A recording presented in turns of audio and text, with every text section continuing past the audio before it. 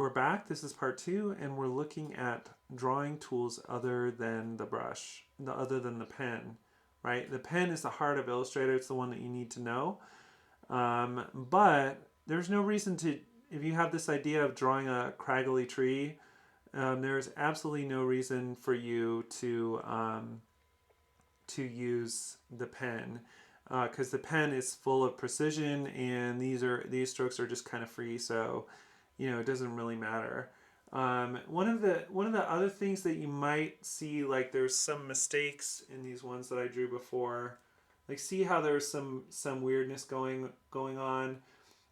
It's because, remember, that was following the path of my brush stroke, and then maybe at the very end when I was drawing this, I pulled to the side, so I didn't make a straight stroke. In fact, you can see the stroke there, and you can see it kind of. You can reshape it by moving it a little. And that is just a brush that's applied to the stroke. So another thing that I like to consider when doing these, so see, each of these are strokes, and they're all applied with our brush tool. So the line is this little line at the center. So oftentimes I like to simplify these objects by just doing object expand appearance. And then it basically solidifies the stroke and makes it all a shape, right? So now you can see that this isn't using stroke, it's just only using fill. So that's really important. And then with the Pathfinder, I can just unite everything. So these are a little bit simpler for me to keep track of, because if I'm working with shapes that are complex like this, I don't really want to move them and break off the branch of the tree by accident, right? Okay, so so now we're going to build our landscape a little bit more. And for this, we're going to use the pencil, and we're just going to draw some hills in the foreground. And because we made this scene fairly dark, in order to distinguish these hills, we need them to be a little bit brighter, but not so bright that they look unrealistic for the rest of the scene, right? So we're keeping the sky really light.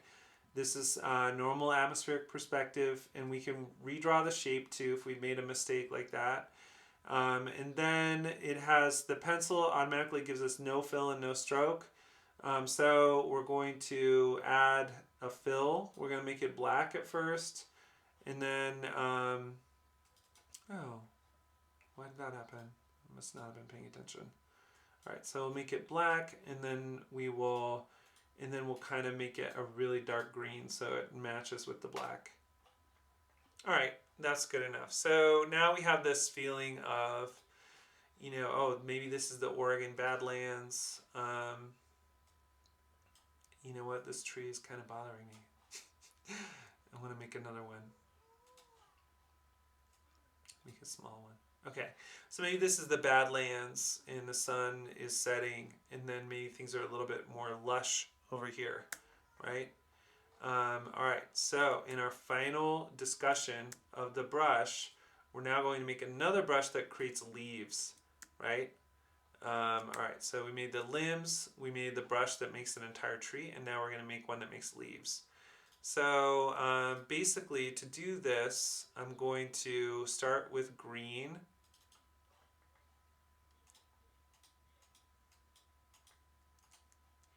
That is pretty good. Oops.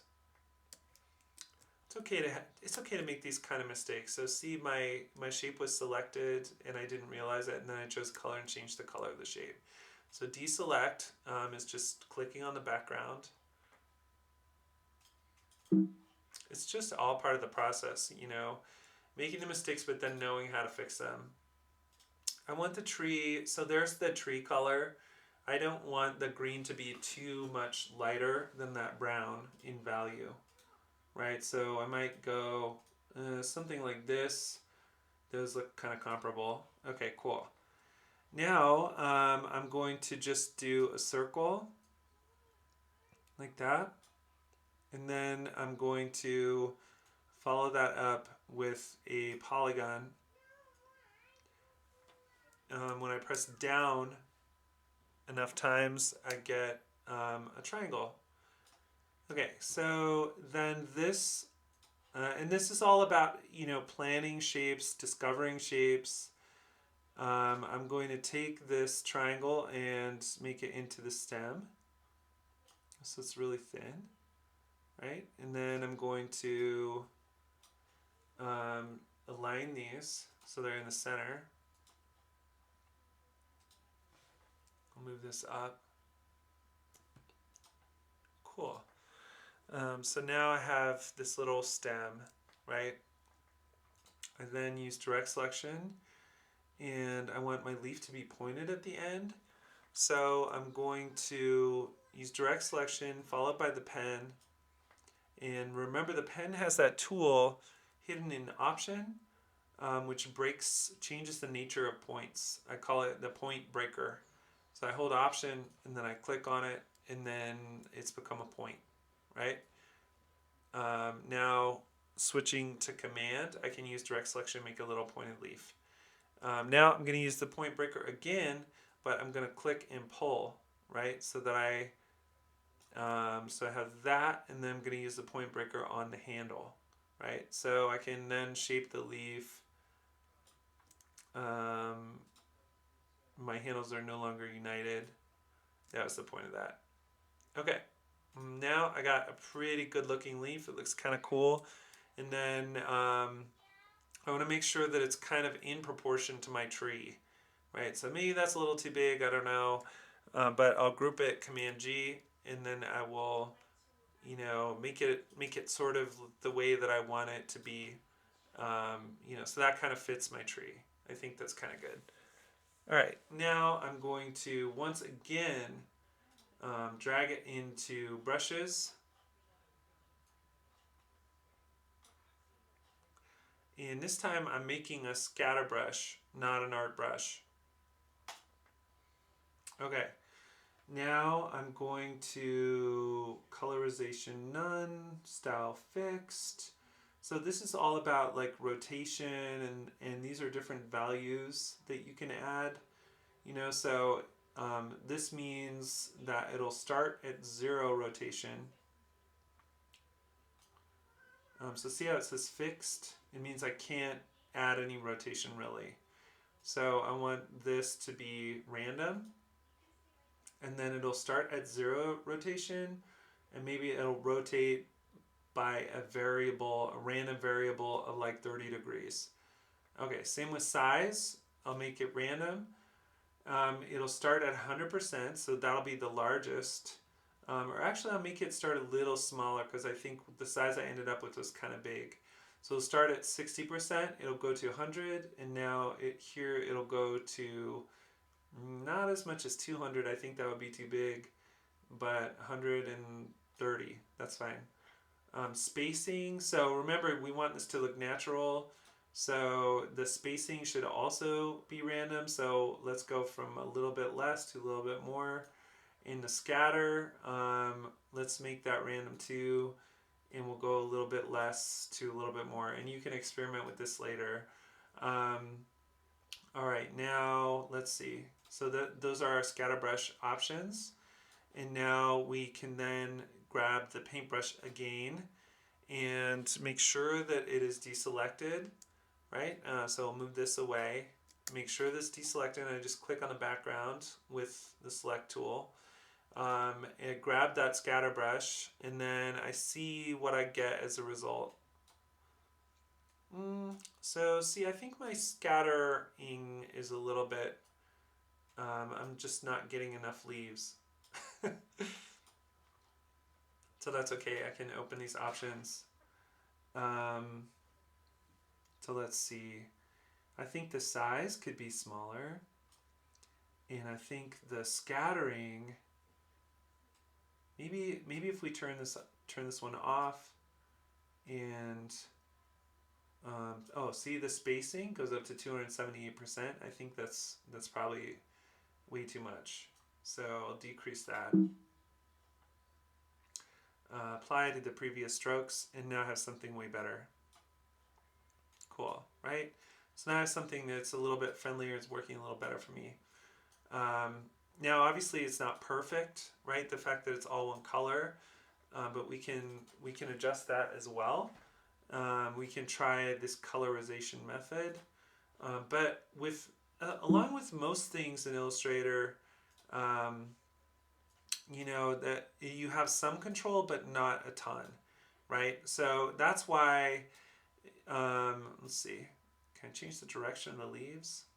I don't want the leaves to all go the same direction. Rotation, maybe it shouldn't be random. See, so they're rotating. So remember that first it was straight up, so it rotates between straight up and a 37 degree turn. So that's why they're all rotating a little bit up to the left. So rotation relative, here's the thing I was missing. Rotation should be relative to path, and then it should go from negative, from maybe negative 37 to positive 37.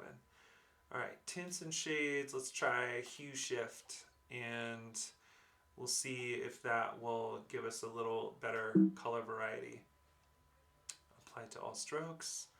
Now I think hue shift depends on what color you're using here. Let's see if we get a different color if we change the color. All right, so now when we draw, there we go. Okay, so now we have a lot of control. If we do hue shift, and then we made that rotation relative to our path, then it's sort of, see how I can draw an arc of leaves and I get the arc that I want, right? If I want lighter green leaves, then I can have that because of my hue shift. Cool. So this could be a pretty good strategy, right? So let me open this up and we'll review what we have. Colorization method, hue shift. Rotation is relative to path. And it goes from -40 to +40. But part of this assignment is just to adjust these settings. There's no other way to say it. Adjust these settings till you get something pleasing.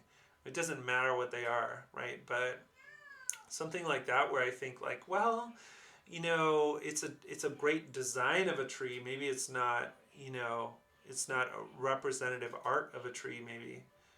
But now I have a lot of control and I can have a lot of fun with this because I can add orange leaves and yellow leaves, etc. Okay, cool. So your job then is to finish this entire forest, right? And all right, so here's an example. I'll just take this entire group, and then I always hold the option. Cool. Now, if you want to be like tricky, yeah, I mean this doesn't have to be great, but after I've done this assignment, I've always seen student work that is just beautiful, and I've had students make the same assignment but do a really good job and make a little hiking scene and have stuff that they really could sell to Ben Chamber or something like that. So so you should have at least a few different trees, like a little bare tree like that, to show me that you can do it. And then a few, obviously the trunk is going to be the same, but trees with different foliage, so it looks interesting. But if you put all of this stuff together, you've likely realized this, that you can then drag this entire tree in here and create a new art brush, right? It makes more sense to me to go up. It makes sense to scale proportionally. And if you want, you can try a hue shift here and then just say, okay, cool. So now I have yet another brush that I can use in my little arsenal here. Let's see. Now I'm going to grab blue and see what kind of tree I can make there. Okay, so there's another brush. There's the brush tool, and now I can all of a sudden make my entire tree in another color, right? So, so yeah, you get it, and this is part of that power of Illustrator of just building libraries. I I have drawn tons of flowers and trees for children's books and for clients and stuff like that. And almost every single one I go through the same process. And then I have a whole palette of brushes that draws irises and roses, and I can draw them wherever I want. It's really fun. So yeah, so just show me this kind of scene. It can be as weird or as realistic as you want it to be, but it should be complete, and it should be more than just, you know, one hill with one little tree way in the background. Cool. So that is it for this assignment.